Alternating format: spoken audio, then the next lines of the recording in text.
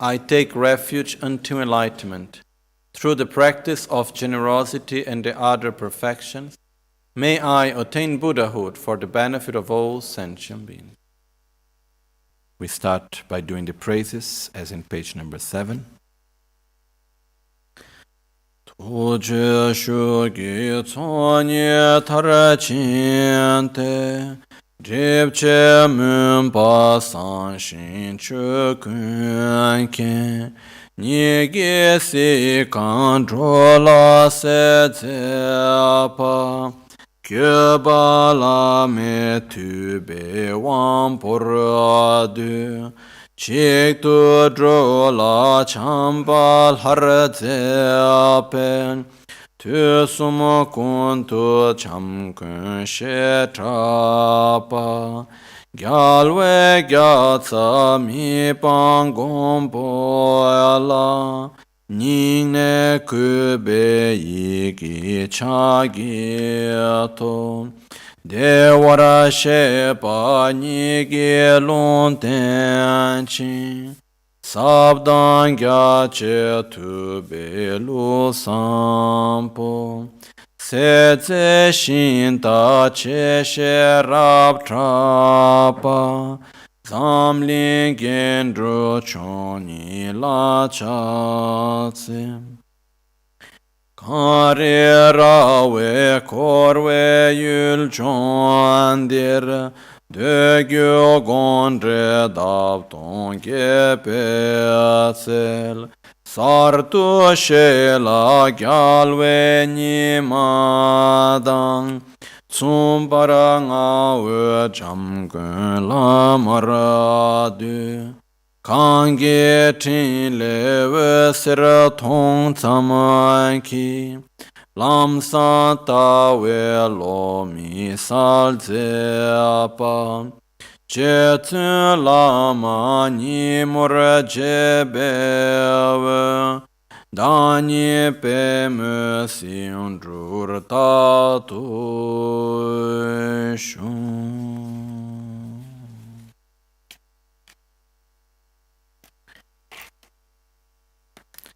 By accomplishing the two accumulations through the power of compassion, the obscure of darkness is cleared and all phenomena are known. Whatever is seen by you, you make it clear to my greatest. Munindra, Lord of the sages, unsurpassable refuge, to you I pay homage. Unique love for my greatest, which is embodied as a deity, renowned through the 3 times as the Lord of love, to the invincible protector, regent of the victorious, with respect from my heart I prostrate with my mind. You have been prophesied by the Sugata, the one gone to bliss himself, the profound and vast pure traditions of the capable one. By making them clear, you are renowned as the great chariot way openers. To the 6 ornaments and the 2 excellent ones of this world I prostrate. In this land surrounded by a range of snow mountains, a garden blossoming with thousands of petals of sutra, tantras and commentaries is refreshed, making you like the son of the victorious.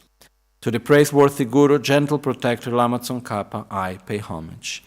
By seeing just a ray of light of your special spiritual actions, you make the mind's eye for seeing the pure path clear.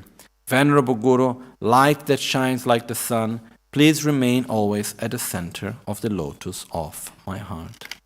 Pagina 11, page 11.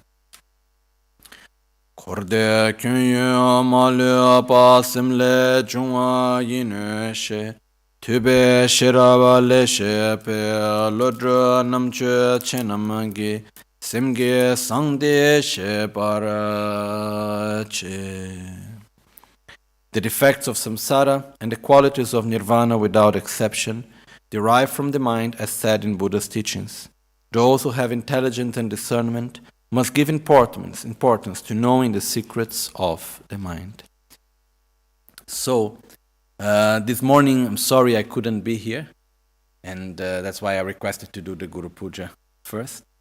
And it's because we had a direct experience of impermanence, in the sense that yesterday evening we got the news that because of a major force, let's say something that does not depend on Lama Ganchen, on me, on any one of us, we needed to make a major change in the trip to Tibet.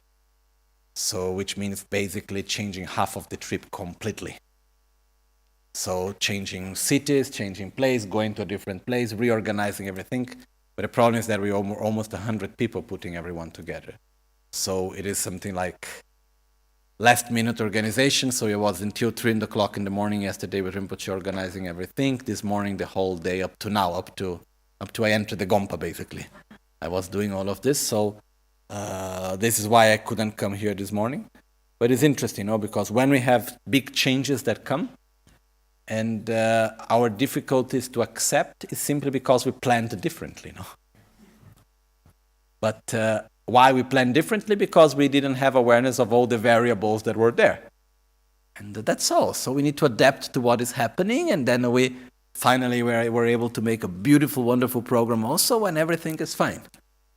It's okay, just need to do the work to make all the changes of plane tickets and hotels and this and that, blah, blah, blah, blah, blah, blah, all practical stuff.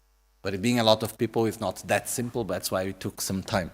Still taking this time, but we make a pause now being here. So this is why I couldn't be here this morning, okay? So now we go back to things more deep, which is understanding better our own mind, But this, for example, for me is a very practical example. Okay, we make a whole plan, organize with a lot of people, make everything stable, then suddenly things don't go as expected. Why things didn't go as expected? Normally what we do, we try to blame someone. No, things didn't go as expected because we expected it in the wrong way. Because we planned with the best of the motivations and intentions and awareness, but we didn't have all the variables. There are some things happen in these places we need to go that is not possible for us to go, and we didn't know about all of this, and we didn't know about the variables. That would have been difficultly for us to know, so that's all. We simply adapt, and everything is fine and happy, and we move on, We cannot just stay complaining and suffering about that. So this is also a way, applying the understanding of the mind. Because we understand that reality depends on the value that we attribute to things. We know that we have no control over reality, so we just flow with things. And it's okay, it's fine. Okay. But now we go back to our text. So, we start today with an important mental factor, actually all of them are quite important, which is called discriminating awareness. Shirab. Discriminating awareness that often is translated as wisdom. One of the reasons why we have not chosen the word wisdom is because discriminating awareness is actually more clear, the meaning, but also because in this context, this mental factor, it is not necessarily positive. It can be or positive or negative. It can be virtuous or unvirtuous. It depends in what mind it finds. For example, I would let me explain it first, then I make the example. But all the 5 mental factors that are called 5 object ascertaining mental factors, they are not positive or negative. They make the perception of the object much stronger. So it depends what is the object and what is the motivation and so on. So what is this discriminating awareness? Sherab kanshina takpe ngobo takpa nigi ngobo chonamla rabtu number jebate somni dokpe lecheno. What is discriminating awareness? Discriminating awareness is the mental factor that completely distinguishes the examined phenomenon. It has the function to eliminate doubt. Takpar chawe ngobo namgi kyonda yonde sosor number jebe rikpao is the awareness that has the clarity to distinguish the qualities and the defects of a specific object. So, discriminating awareness is the ability of the mind to look at something and see the specific characteristics of that object. It's like, and the qualities and the defects. So, for example, let's say I made the example before of garlic. Let's say we look at garlic. One thing is the discernment in which I look at that object and I name it garlic. Another thing is the discriminating awareness, where as I look to it, I will see how big it is, what is the smell. I will look at the specific qualities and defects of it. So, for example, I will look and I will see that garlic, for instance, if I take it when I have a lot of anxiety, will bring the anxiety down. Instead, if I want to meditate and I take garlic, it will generate more mental dullness, so it's not good for meditation, and so on. I will look at the qualities of the object, and based on that, I will make a much more clear choice, if go to it or separate from it. So discriminating awareness gives us this possibility to have a much more clear understanding about the object. That's why it has the basis to eliminate doubt. Very often we have the object in front of us, but we are not so clear about the qualities of the object. Is it like this? Is it like that? The discriminating awareness is our ability actually to see the object and have clarity about its characteristics and qualities. Okay? So this can be about a teaching, it can be about anything, about a person, it can be about a place that we need to go, it can be about anything. Okay, any object of perception that we have, in the moment that we look at it, we can have clarity or not about that object. So this clarity about the object, where we are able to see all its characteristics, and based on that we are able to choose much more clearly if go to the object or abandon the object and so on, is called the discriminating awareness. Okay? I think it's quite clear, right? Okay. Then we have here 3 types of discriminating awareness, which are normally called the 3 types of wisdom. I'm going to go very briefly through them, which are semjung, semjung, gülgyän, the wisdom of listening, the wisdom of contemplation, and the wisdom of meditation. Basically is, when we listen about something, let's say for instance, someone explains to us the sound is impermanent. Many times it is explained to us that the sound is impermanent until one moment that we say, okay, I believe that the sound is impermanent. My Lama said it to me, it's written in the text. Why? I don't know. Truly speaking, I have no idea. Some idea, but truly I don't know why the sound is impermanent. And I have never had any direct experience of that either. But it was said to me, I believe it. So I have a correct assumption that a sound is impermanent. This is the wisdom of listening. This is when we complete the process of listening. Once we have had that, we need to analyze it more and more again until we get to the conclusion that the sound is impermanent, but not because someone said, because I understand clearly why. This is when we generate the primary mind of a correct, valid inferential cognition. When we understand something based on the logic of it. So I understand that sound is impermanent. Why? Because it's always changing, it's not static, and so on. So sound is impermanent. So I truly understand. It becomes my own understanding, not because someone else said it. This is when we develop that, this is what it's called the wisdom of contemplating. Then after that, the next step is called the wisdom of meditation, which is once I have got the clear understanding about the object, I need to familiarize my mind to it in order for that perception to become a direct experience and not more a conceptual understanding. So this is done through meditation, and we develop the wisdom of meditation in the moment that we develop the shamatha in relation to that object. So the sound of the bell, the impermanence of the sound of the bell. Once I'm able to sit and to perceive the impermanence of the sound of the bell in a single pointed way without mental dullness or mental agitation, and this brings me pleasure, then I have developed the wisdom of meditation in relation to the impermanence of the sound of the bell. Okay? But the most important point here to see is the fact that discriminating awareness, these mental factors, is our ability to have clarity over things. And by having clarity, we have no doubts. What it means to have clarity, it means to see the specific characteristics of the object. Okay? So this is important. And we can develop this in relation to many things, even to a negative mind. I want to harm someone, and I have so clear when, how, and so on. Okay? This is discriminating awareness, not so good one. So, actually very bad. So, this is just to say that this aspect of the mind It does not necessarily have to be a virtual state of the mind. There is both, positive and negative. Okay? So this, I'm putting effort here not to enter into details, because we have a lot to see, and we have only counting today 3 days left. Okay, so we'll move a little bit faster. Okay? So, next one is faith.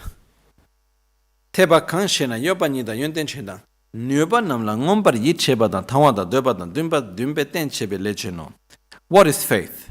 Faith is the mental factor that believes in the existence, qualities, and abilities of something, and has interest in and desires it. It has the function of being the basis for aspiration. There are 3 types of faith: the faith based on belief, the faith based on confidence or trust, the faith based on wishing. Faith is the basis of all virtues because from faith arises aspiration, from which effort arises. Without effort, virtue cannot be realized. So, what is faith? Faith is not something blind and just something believing in something that we cannot understand. Okay? Faith means to believe in the existence, in the functions, and in the qualities of something. So, for instance, I can have faith in water. I do have faith in water, because I believe that water exists. I believe that the water has its qualities as being cool and clear and pure. And I believe that water has the function to eliminate thirst. So when I am thirsty, what do I go to look for? Water. Because I believe that the water has these qualities and it's able to fulfill its functions. Okay? So I am thirsty, I go for water. Okay, so it is not a matter just of something mystical or far away, as we may say, okay, believing in the existence of having faith in God or not. Faith is something that we have all the time during our whole day. And we can actually generate it in many ways, and we can cultivate faith by remembering the qualities of something, by entering in contact with the object and learning more about its qualities and understanding the benefits of it. Faith is extremely important, because without faith, there is no aspiration. If I don't believe in something, I will never wish for it, truly. If I don't wish for it, I will never put my effort to gain it.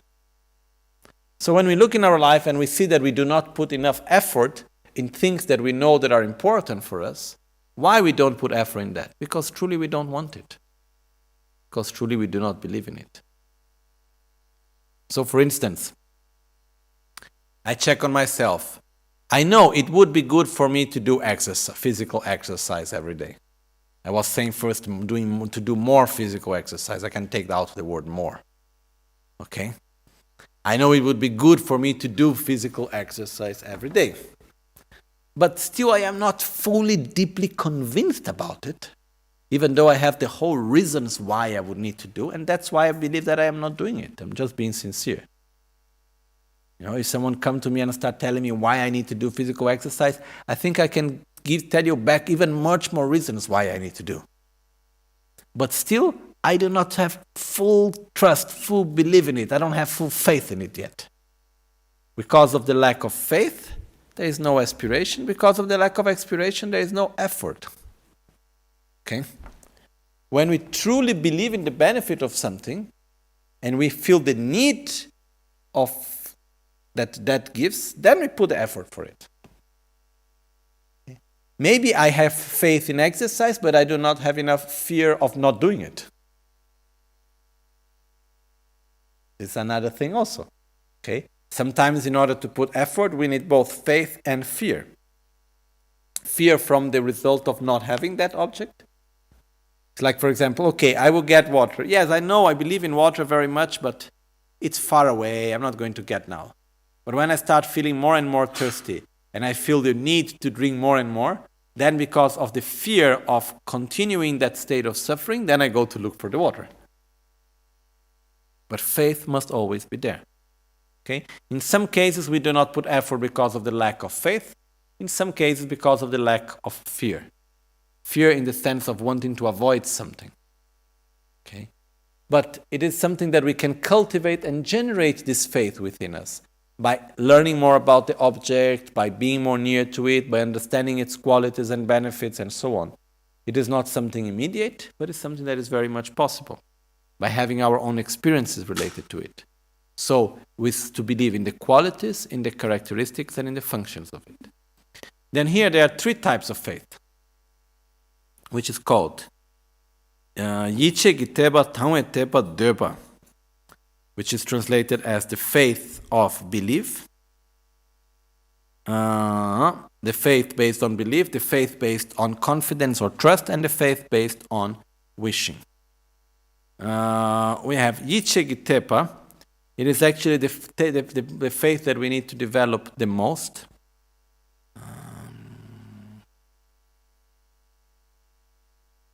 Which is the faith that is based on actual experience. The name doesn't bring that much, but when we talk the faith based on belief, it's the belief on our own experience.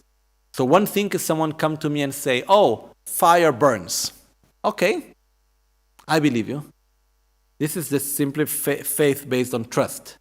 You told me, I trust you, I believe that fire burns. Another thing is you tell me fire burns, I go there, I put my hand near, I start to feel the heat, I can see very clearly that fire burns through my own experience, I burn a little bit my finger. After that, anybody else can tell me fire do not burn, I will not believe because I have had my own experience. This is the type of faith that we need to develop mainly. Okay? And the third type of faith is the faith on someone as an example of what we need to do. Is to have someone that we see it as an example and we say, okay, I believe that is possible, I want to be like him. Is the third type of faith. Okay? The most important is the first one. It's a faith that is based on our own experience. But there are some things that we are not ready to have experience.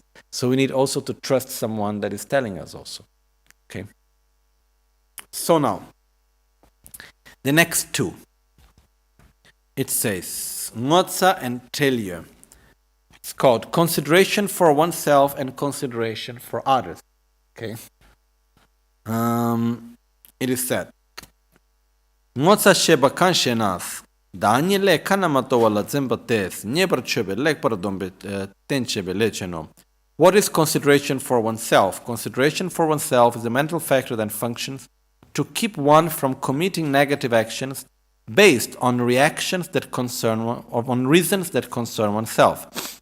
It has the function to excellently refrain oneself from wrong conduct.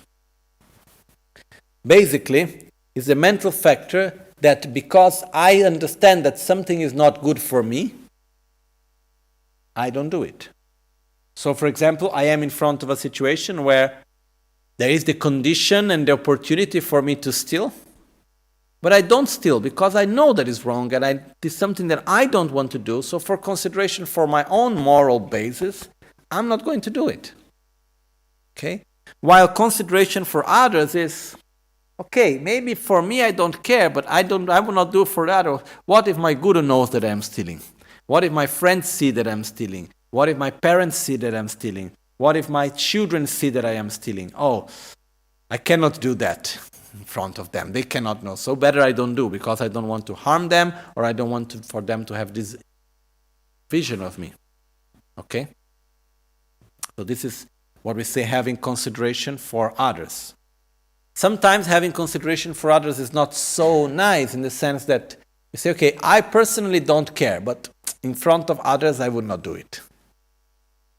Okay, but still it's good because it still helps us to avoid something that is negative. It's like sometimes people come to me and say, you see, Lama, in front of you people act so nicely, but they are not always like that. And I said, at least in front of me, no? That's good. This means they have consideration for others, at least for their guru, you know. If they don't have consideration for the guru, then what? You know, then it's even worse. So, it's important to have consideration for others in order to help us to avoid our own negative actions. That's why if we always visualize the guru in our heart. I remember I had one person, I don't remember who it was exactly, one time made me the question, I have a problem. I said, yes. I'm doing guru yoga practice and I visualize always the guru in my heart. But then there are some things that I do that I feel ashamed that the Guru is seeing that what I am doing. So how can I continue to visualize the Guru in my heart and at the same time? So when I am in these moments, I close the lotus. No.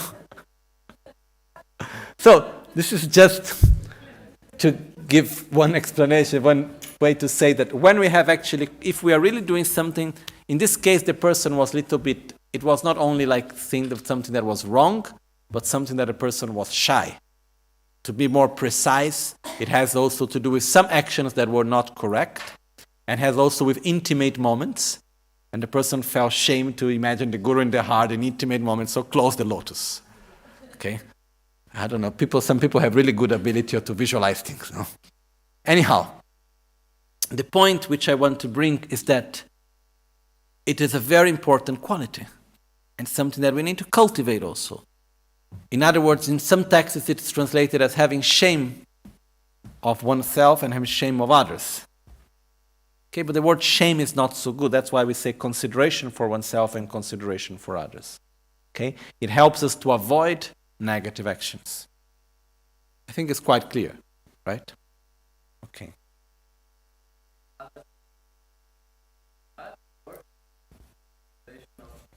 Harm. Both. It is both way.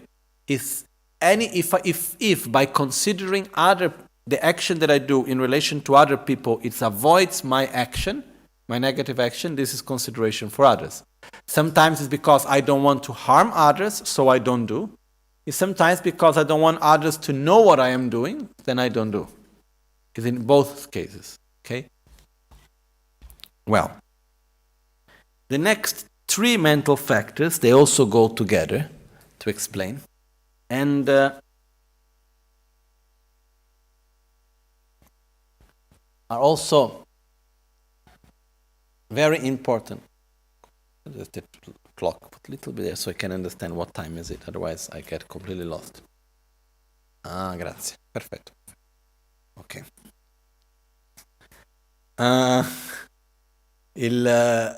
Okay, so we have three mental factors that they go together. They are extremely similar and very important ones, which they are called non-attachment, non-anger, and non-ignorance. For me, the first time I learned about them, it was very, very nice because I had the understanding that there is a process between having attachment and eliminating attachment. There is a process between having anger and eliminating anger. Because normally when we say, we should not have anger, we should not have ignorance, but then we fight, but now I have, then what I do? There is a process in between, and these are the three mental factors, virtuous mental factors, that is exactly in the process in between. What is non-attachment? Non-attachment is not to act with attachment in front of the object of attachment. I still have attachment, generally speaking. Spontaneously, I still have attachment. Because if I eliminate completely attachment, it's not even anymore an object of attachment. Okay? So it is still an object of attachment, but I will not relate to it verbally, physically, mentally. I will not follow the attachment to it. If I it's a bit artificial. I need to force myself into it. If I simply let myself go spontaneously, I would just follow the attachment. But I understand that it's not something good for me, so I make an effort not to act with attachment. Second part, non-anger. It is always an object of anger. Someone that have harmed me, something that have happened, a situation that I don't like, my own suffering. No? Here we have three objects of anger which are cited here in the text. Is those that harm us, our own suffering, and the objects related to our suffering. These are the three objects that normally we direct our anger. Okay? So what is the non-anger? They are still the objects of anger. If I would let myself spontaneously act, I will still react with anger. But I know that this is harmful to myself, so I put an effort not to act with aggression in front of these objects. Okay? I do not follow anger in this way. And in ignorance is what? Non-ignorance. I know that I don't know, so I put an effort to know. So I know that I don't know, I don't speak a language, I will put an effort. I have ignorance about that language. What is the known ignorance in relation to the language? I go to study the language. I go to meet people that speak that language. I put the energy to understand it. I have not eliminated completely the ignorance, but I started putting effort in an opposite direction. I don't know anything about meditation. Let's learn about it. So I put the effort in the opposite direction instead of just remaining in the state of ignorance. Okay? The same thing. I put the effort in an opposite direction instead of just remaining in the state of attachment or instead of just remaining in the state of anger. I put effort in the opposite direction. And by this, gradually I generate this strength, this force. And by this, gradually I make this change. It's something very long, but for me, the first time I saw this was like, wow, there is something in between. And this is something which is very important. Otherwise, we have this idea that, or I am completely with anger, jealousy, and so on, or I am without. There is a process in between. There is a whole way that we can go through it, okay? And as we said in the very beginning of these teachings, the 51 mental factors are indicatively 51, but there can be actually much more than 51. So we could add here known jealousy, known envy, known pride, known miserliness, and so on. Okay? We could add also into this. Okay. Let's move on then. I will just read these three quickly. Known attachment. Ma chakpa kanshe na siba da sibe yojel namla. Chakpa meba te nyawar chobala mi jukpe tenchebe lecheno. What is known attachment? Known attachment is the mental factor that has the aspect of not having attachment towards existence and desirous objects of existence, which means towards life and everything that is in life. Its function is to avoid committing negative actions. Shedameva kanshena, which means I have attachment, but because I do not follow it, I do not make actions through attachment. That's why I avoid negative actions. The same thing happens with anger. I have the basis for anger, but because I do not follow anger, I would not act in accordance to it. And the same thing for ignorance also. I know that I am ignorant, so I would not act out of that ignorance. I try to understand better. So these aspects, they protect us from our own negative behavior also. Okay? Well, let's move on then. So, next one is a very important one, which is called joyful effort. As it says in the definition, Tsundru kanshena, kwechadan jorwadan mikombadan midopadan chokpar mitzimbala sem ngombar chowate, gewe chok yonsu dzokpar chebadans, yonsu drube leche no.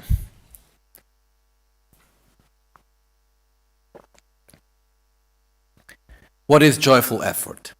Joyful effort is the mind that finds joy in armor-like effort, the effort of application, the effort of non-discouragement, the effort of non-reversal, or the effort of non-satisfaction.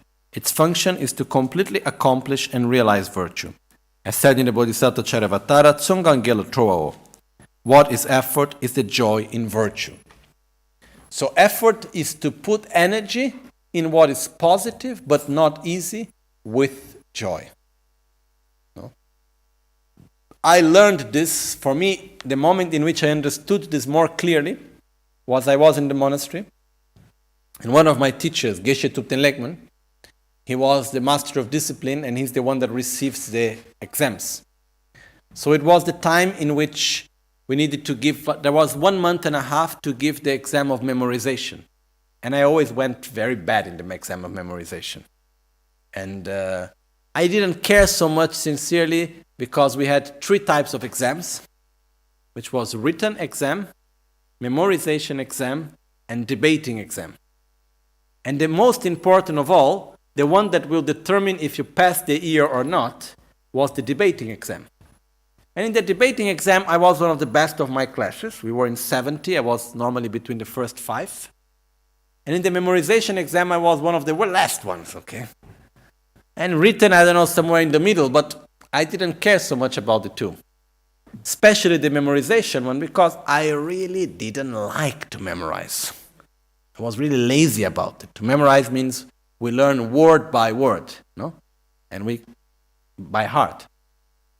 So, one day, one of my teachers, Geshe Tupten Lekman, he came to me and he asked me, you know that in 1 month and a half we have the memorization exam, don't you? I said, oh yes, Gyala, sure. How many pages have you memorized? And there's the Tibetan page. If we make Western style page, it is, I said, yeah, it was more or less like around 26. And then he told me, you know there is 100 pages that you need to give as an exam, don't you? Minimum. And I said, yes, I know, but I am Westerners. Westerners don't like to meditate. We are not good in it, blah, blah, blah, blah, blah, blah. I found many excuses. Then he just looked to me very clearly and he told me, remember one thing.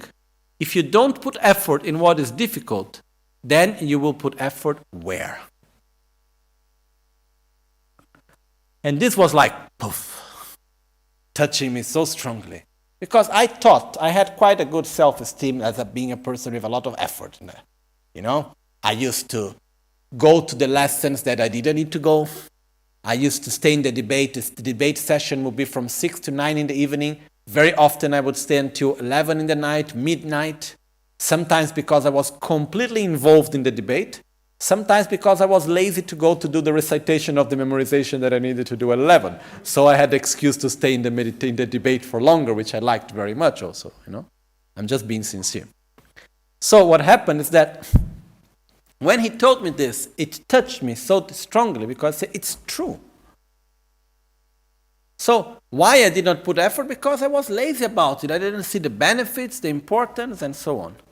So when he told me this, I said, I must do it. It changed something in me. And then for 1 month and a half, I memorized as I have never done before, and I'm sorry I never did after also. And by the end of this month and a half, I was able to give 120 pages. So in almost 10 months, I memorized 26 pages. In 1 month and a half, I memorized another 100 pages, basically. Why? By putting at least 4 hours a day, between 3 and 4 hours a day on memorizing. In the morning, like if I am memorizing Sangye Chodan, Sogye Chodam, Sangye Chodan, Sangye Chodan, Sangye Chodan, Sangye Chodan, Sangye Chodan, Sangye Chodan. We always memorize loudly. It's the best way. And then you recite one part of the text until it enters. Then you take the next part, and then you recite until it enters. Then you put the first and the second together. Then you recite until it enters. And the normal way, it will be like we do after the puja in the morning, from 7 to 9, more or less. 1 hour and a half, 2 hours in every morning. Very loudly. Sangye Chodan, Sangye Chodan, Sangye Chodan, Sangye Chodan, Sangye Chodan, Sangye Chodan. And it's very nice in the monastery because during this time, you listen, everybody's memorizing. And it's interesting because you see like 2 people, 3 people memorizing, one on the side of the other, each one shouting the text they are memorizing. And they don't care if there is someone in the else memorizing the completely different text and just on their side, no? Like you have one room, 2 monks, each one memorizing a completely different text, each one reciting very loudly, you know, and one is not disturbed by the other.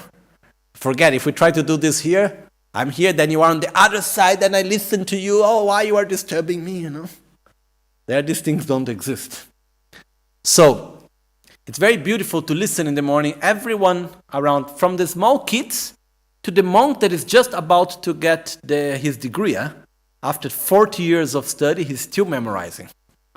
Every day of the life, 6 days a week, they always memorize. Such a level of training that like one Lama from my class, he used to memorize 1,500 pages a year. He was the number 1 in the monastery. You know? And he told me he had visual memory, so he would see the text, he would read once almost, and it was enough. You know? But how we do normally, if we don't have these abilities? Morning, 1 hour and a half at least, 2 hours. Afternoon, we retrain back what we have memorized.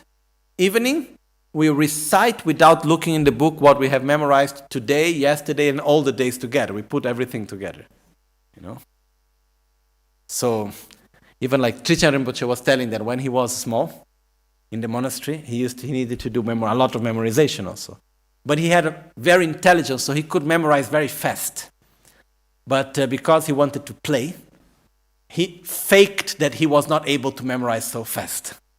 Because he knew that if he would show that he would memorize in 10 minutes, they would put him to memorize 10 times what he was memorizing, no?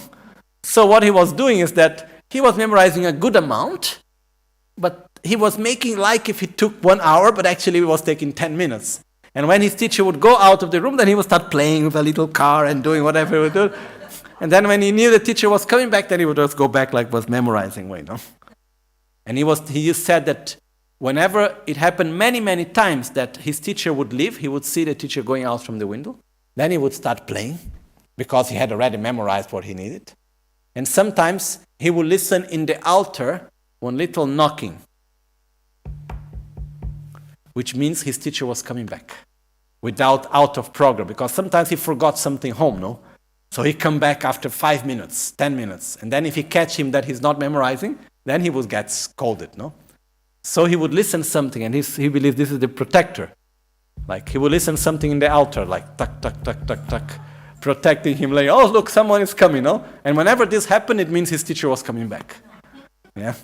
So he always said, Dorje Shugden always accompanied him all the time, no? Since he was a small kid, you know? So, and he has many stories like this here, actually, he told me.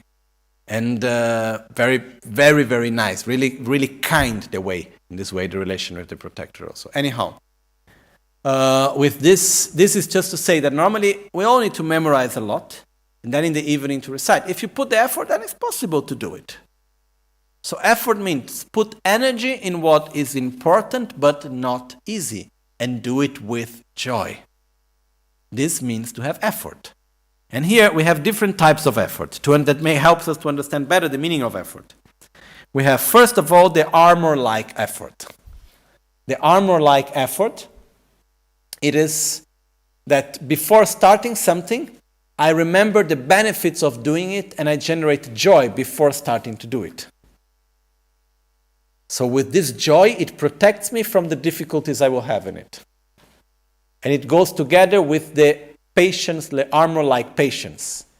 The armor-like effort is the joy that we generate in the beginning. The armor-like patience is that we already think about all the difficulties that we'll go through, and we already prepare ourselves for that difficulties. So if I already think about it before, when it happens, it's okay. I will not give up. So it's like putting an armor, because why a warrior wears an armor? Because he knows that it's going to be hit. So he already prepared himself for the difficulty. Okay. Then we have the effort of application. Effort of application is while we do whatever we need to do that we put effort, we apply joy to it. The joy that we apply as we do the action, this is the effort of application. Effort of non-discouragement is to remember one's own qualities and to generate a positive self-esteem, saying, I am able to do it. I can make it. You know, others similar to me made it in the past. There is other examples of others that can do. I did so many things before. I can make it. I can do this. And then we put the effort to make it without discouragement. The effort of non-reversal is the strong determination. It doesn't matter what happens, I will not give up. And then there is the effort of non-satisfaction, which means, wonderful that I do this, but now I need to do more. Wonderful that now I can meditate 5 minutes a day, now let's do 10 minutes a day. Wonderful that now I know this, this, and that, now I need to know more than that. This is the effort of non-satisfaction. Okay? So effort is the basis for all virtues, because anything that we want to realize, it comes out of effort. Without effort, there is no result. For anyone, for all of us. I am the first. Okay? If we read in the life stories of all the great masters, tell me one master that had great realizations that did not put effort in his life. I have never seen. Look at Rinpoche. He had gone through so many things in his life, so much effort, so much energy, and he's constantly doing. Okay?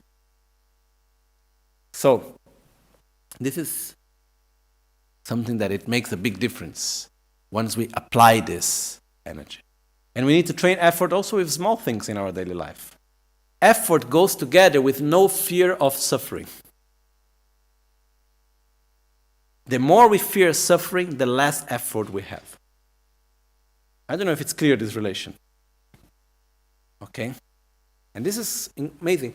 That's why, for example, in Tashilhunpo Monastery in Tibet, when I asked to my teacher why the young monks still carry water instead of bringing a pipe, and he answered me, is because if the young monks do not have constancy and effort to the basic things of life, such as carrying water, if they don't learn with that, how will they later have effort and constancy in the meditation? No? We instead, very often, we live on the law, which is the law of less effort and more comfort. The less effort I can make and the more comfort I can have, the best. But this is a trap. Okay? So, when I don't fear the suffering from the difficulty, then I put my energy and I go through it. Is it pleasurable for me? Was it pleasurable for me to memorize every day 1 hour? No. But I had no fear of the difficulty. Normally, why I don't start in the morning? Because I fear the suffering from the tiredness and from the laziness. When we don't fear the suffering anymore, then we can also put the effort and go beyond it. So this is another thing that comes together with it, okay? The most stupid thing is because by fearing suffering, we suffer much more. And suffering is inevitable in life. So it's better to suffer with something that brings a good result than to suffer with something that brings no good result. I don't know if it's clear, this. It's better to suffer every morning because it's difficult to sit down and meditate than suffer because the problem of maybe this person said me this and that happened and he did and blah, blah, blah, blah, whatever. Okay? So this is some days one text on Lojong by Tibetan Rinpoche, very clear, very straightforward, where he says, you shouldn't fear suffering, because anyhow suffering is inevitable, as long as we are here in samsara. So better to suffer with something that brings you a good result than to suffer with something that just makes more negativities. No? I think it's quite clear, right? Okay. Okay, we go one more mental factor, at least. It's called semjung, flexibility. Flexibility. Semjung kan shintu jamba kan shena ludan simgi nengele namgi. Gyün chöbechir ludan simle surunganite driba tamche selwe lecheno. What is flexibility? Flexibility is the mental factor with the aspect of being suitable to perform any desired wholesome action of body or mind, and able to cut the continuity of mental and physical rigidity. Its function is to eliminate all obscurations. What does that mean? Flexibility is our ability to familiarize ourselves with something. So, for example, it's very much related also to meditation. So when we sit down to meditate, for example, there are two types of flexibility that we need to develop. The flexibility of mind and the flexibility of body. Both of them are a mental factor, okay? Flexibility of body. I sit down, but I'm not used to stay without moving myself. So I sit down there to meditate. Then after some seconds, I start. It starts itching here, and then itching there, and we start itching here. And if we look, our experience is like this. When we are meditating and start itching somewhere, and we actually start scratching there, the more we start scratching, the more it starts itching everywhere. Until there is almost a moment like you need to take out the clothes to scratch somewhere. So, the experience is when we sit down, it starts itching somewhere, and we don't follow it, we don't scratch it, we just let it go. And then, what happens is that as we just follow it, we just let it go.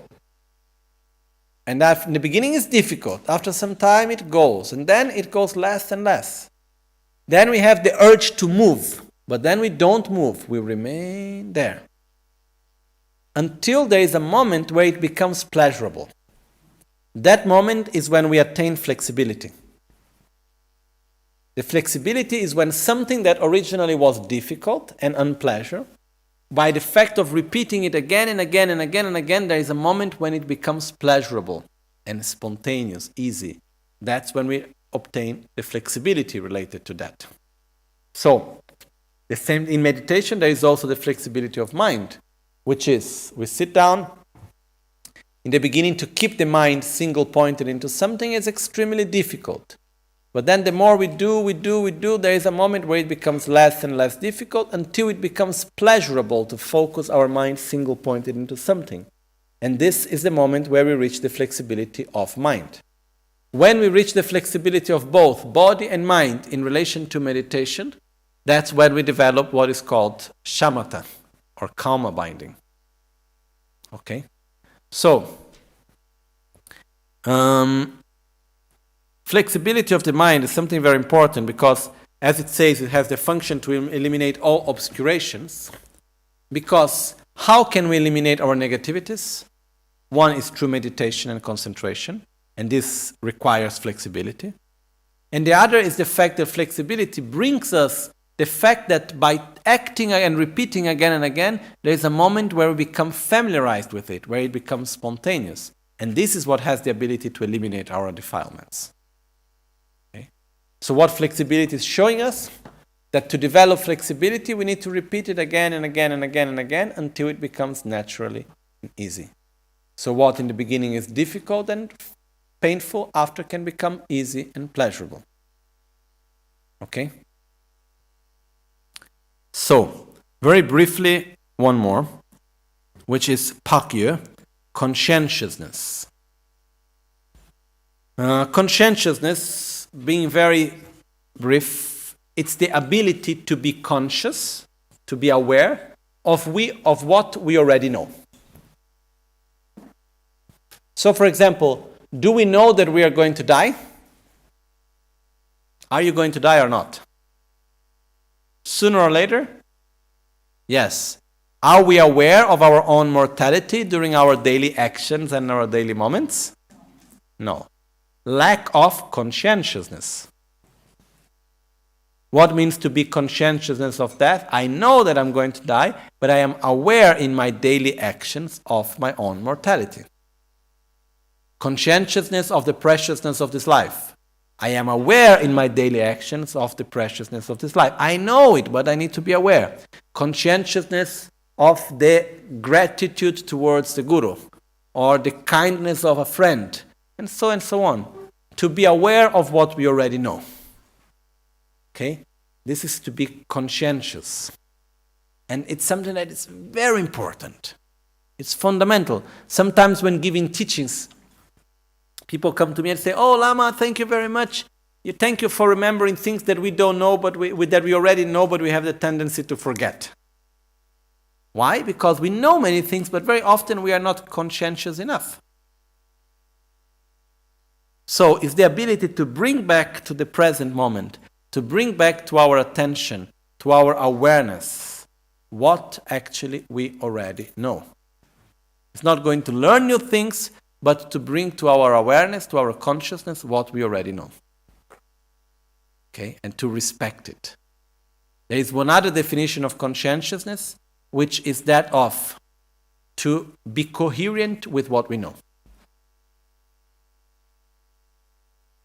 To act with coherence with what we actually already know. Okay. I say we can stop here for today. Okay. With conscientiousness. I have conscientiousness. This time to stop. Better to respect what I know. To have conscientiousness of that.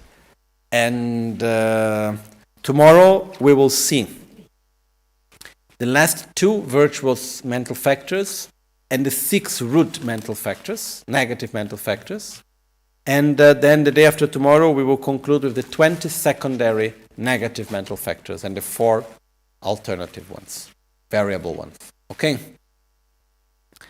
So just to conclude, I like to say that it is very important as we go through the 51 mental factors to observe ourselves and to look, where is my faith, where is the consideration for myself, consideration for others, Where is the non-attachment, non-ignorance, non-anger, the effort, concentration, and so on.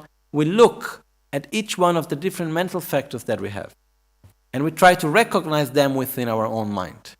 And then we can learn, okay, maybe I can put a little bit more conscientiousness here. And this is already making a big difference. We don't need to change the whole thing. We can continue to do what we were already doing, but put a little bit more conscientiousness. The taste will be better finally. And then, we can take a little bit out something here, put a little bit of something there, and by this gradually we make the difference in our life. So the reason why we are looking through all these mental factors is to understand that we can add one ingredient or the other. And we have this ability within ourselves. So we need to observe through it also. Okay? Jetsu lame kutse rapten namkaratinle chochur gepadang losan tempe drume sasumgi drove musel tatu ne gyurchi Nimo dele tsendele, nime kuyan delekshin, ninsen taktu delekpe, koncho sumge jingilon, koncho sumge ngodrup tsol, koncho sumge trashisho. At dawn or dusk, at night or midday, may the three jewels grant us their blessings. May they help us to achieve all realizations and sprinkle the path of our lives with various signs of auspiciousness.